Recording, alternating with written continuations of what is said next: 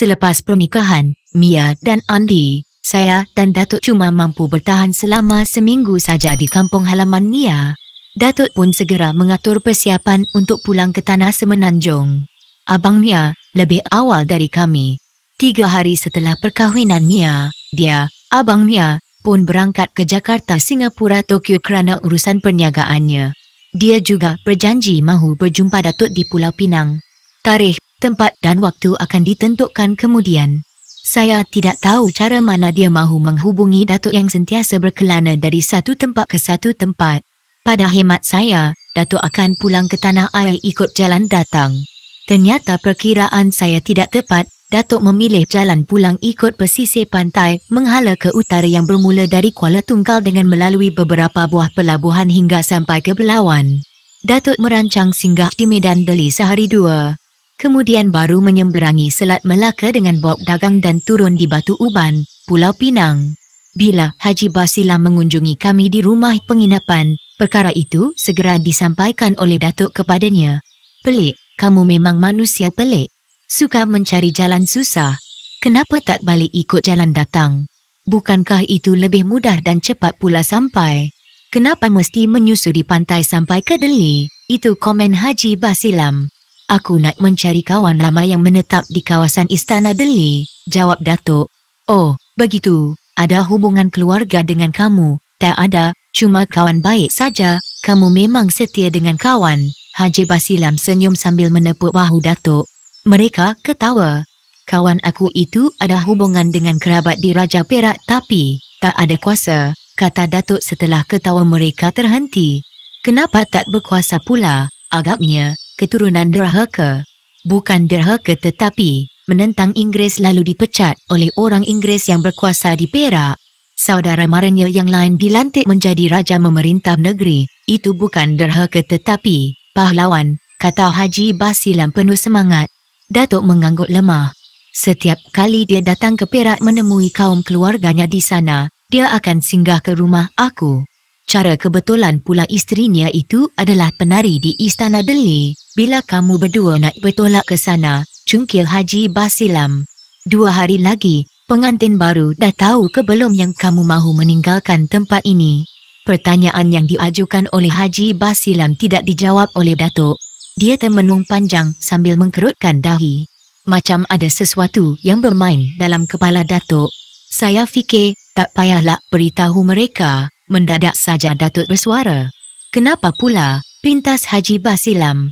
"Rasanya tak manis ganggu pengantin baru." "His," sanggah Haji Basilam. "Saya tak mahu kacau mereka, Haji. Biar aku yang beritahu, lagipun Mia tu anak angkat aku. Biar dia tahu. Kalau awak tak bawa si Andi ke sini, besar kemungkinan dia belum dapat bertemu jodoh." "Mengapa ke situ pula yang difikirkan? Bukankah jodoh pertemuan itu adalah ketentuan dan hal Allah? Kepadanya kita patut mengucapkan syukur. Saya adalah penyebabnya atas gerak Allah juga." Dialog yang rancak berhenti seketika. Datuk renung lantai. Haji Basilam menggigit bibir. Agaknya dia berfikir di mana logiknya kata-kata yang diaturkan oleh Datuk sebentar tadi. "Memang saya tahu dan faham tentang hal itu. Tetapi, saya bercakap ni dari segi budi bahasa dan perkerti manusia. Setidak-tidaknya, mereka mesti menghormati awak kerana usia awak." "Biar aku beritahu budak-budak tu." Haji Basilam segera bangun. "Nanti dulu, Haji." "Tahan Datuk." Haji Basilam tidak peduli dan dia terus melangkah meninggalkan saya dan Datuk di rumah penginapan dalam keadaan termanggu-manggu. Saya tidak mahu campur dalam urusan tersebut. Sesungguhnya, saya memang merestui tindakan Haji Basilam itu. Memang saya mengharapkan Haji Basilam memberitahu Andi dan Mia tentang tarikh keberangkatan kami. Cuma dengan demikian saja yang berpeluang melihat wajah Mia dan Andi untuk kali terakhir. "Terima kasih Haji Basilam atas tindakan kamu itu," bisik batin saya dalam senyum panjang sambil melihat matahari petang yang kian mengecil di puncak bukit. Datuk bangun dan berubah tempat. Kesempatan itu saya gunakan untuk melihat ke arah Haji Basilam yang sedang melangkah menuju ke rumah Mia. Saya berdoa, saranan yang bakal diluahkan oleh Haji Basilam dapat diterima oleh Mia Andi dengan hati terbuka. Kemudian, mereka bertindak menemui saya dan Datuk. 2 hari kemudian, Kira-kira pukul 7 pagi, sebuah kereta jenis van berwarna hitam berhenti di halaman rumah penginapan kami. Saya dan Datuk, dengan senyum ramah, Haji Basilam keluar dari perut kereta. Saya dan Datuk tercengang.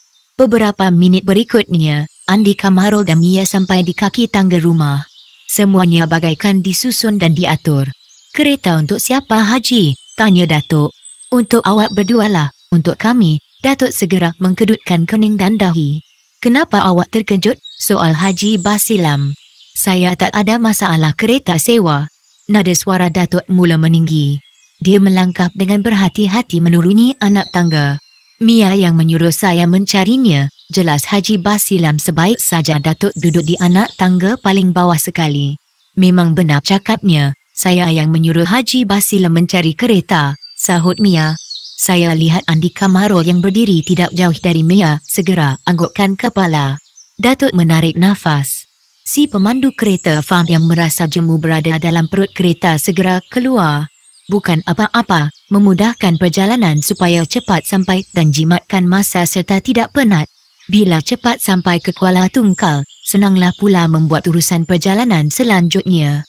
Sama ada mahu ikut jalan darat atau jalan laut," lanjut Mia dengan sepasang matanya tertuju ke wajah saya. Dada saya terus berdebar. "Kalau begitu, terima kasihlah kerana menolong saya dan Tama." "Dengan apa mahu saya balas budi baik, Mia? Mudah-mudahan Allah memberkati hidup kamu berdua, murah rezeki, sihat walafiat dan bertambah keimanan padanya." Nada suara Datuk penuh terharu. Mia tidak meneruskan kata-kata selanjutnya. Dari sinar matanya, saya dapat membaca kepuasan perasaan yang amat sangat. Kerana semua barang-barang untuk perjalanan sudah siap sedia, tanpa membuang masa Datuk dan saya segera masuk ke perut kereta. "Selamat jalan, Tama." Andi Kamarul hulurkan tangan. Saya genggam penuh erat sambil sepasang mata kami berlaga. Saya dapat merasakan tangan Andi Kamarul menggeletar. Wajahnya nampak pilu. Memang ada genangan air jernih di kelopak matanya. "Semoga kamu bahagia, Andi." Suara saya tertahan-tahan. "Terima kasih, Tama. Semoga persahabatan kita terus berkekalan," tambah Andi Kamarul dan secara mengejut dia terus menangis tersedu. Pemandu kereta, Haji Basilam dan Datuk tidak memberikan sebarang komentar dengan apa yang kami lakukan. Barangkali mereka juga terharu. Tetapi saya dapat mengawal perasaan dan masih mampu tersenyum sedangkan gelora hati saya hanya Allah saja yang mengetahui. Perlahan-lahan saya alihkan renungan dari wajah Andi Kamarul ke wajah Mia yang berdiri di sisi Andi Kamarul. Mukanya nampak merah dan anak mata hitamnya merenung redup ke arah saya. Sepasang kelopak bibirnya seakan-akan bergerak. Malangnya, tidak ada sepatah perkataan yang terucap daripada kelopak bibirnya. Andi Kamarul tunduk merenung kami. Matahari pagi terus memancar lembut. Kicau burung jelas kedengaran seolah-olah melahirkan rasa simpati dengan apa yang kami alami. "Tama." "Ya," sahut saya. "Ku ucapkan selamat jalan, Tama." Ujar Mia lembut. "Semoga Allah melindungi perjalanan kamu dan Datuk. Aku mendoakan kebahagiaan hidup kamu, Tama." Dada saya terasa sebab. Dengan serta-merta saya alihkan renungan ke arah kaki tangga rumah. Macam-macam yang mengoncang batin. Ada rasa marah dan geram. Ada saatnya timbul rasa hampa dan hibur yang memanjang. "Tama, renunglah muka aku." Dada saya terasa sebab. "Tama, renunglah muka aku," lanjut Mia dalam nada suara yang tersangkut-sangkut. Perlahan-lahan saya menarik dan melepaskan nafas. Mia pula masih berusaha untuk meneruskan kata-kata dalam rasa sebat dan hibur. Sesungguhnya, saya bagaikan tidak mampu untuk mengangkatkan kepala merenung wajahnya. Hibur benar rasa hati. "Semoga Allah akan memberkati doa kamu untuk saya dan Datuk. Aku memang mengharapkan doa aku diperkenankan oleh Allah. Semoga kamu berdua hidup bahagia sampai anak cucu. Hanya tanah saja yang memisahkan kamu berdua." Saya paksa hati dan perasaan untuk berkata-kata dalam rasa sebab yang memanjang. Setiap patah kata yang terhambur dari mulut tersekat-sekat.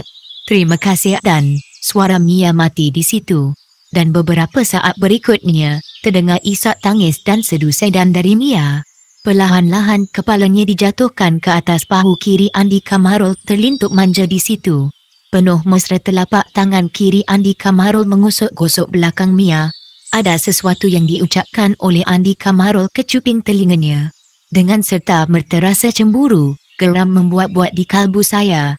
Hilang rasa geram, cemburu dan marah. Timbul rasa yang amat mengharukan dalam kalbu.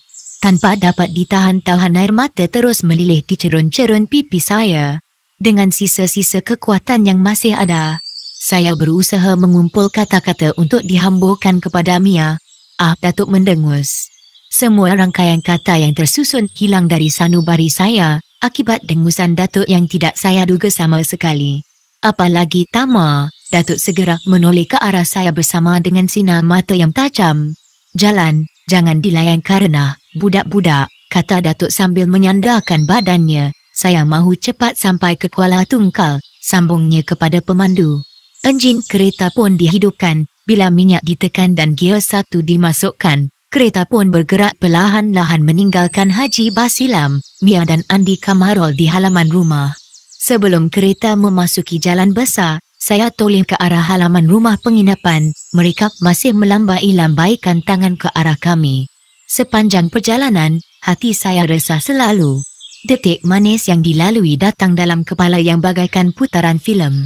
Mungkinkah ada gadis secantik Mia akan datang dalam hidup saya? Timbul pertanyaan dalam diri. Sudah berapa lama kamu membawa kereta? Suara Datuk memecahkan suasana sepi dalam kereta. Lebih dari 10 tahun.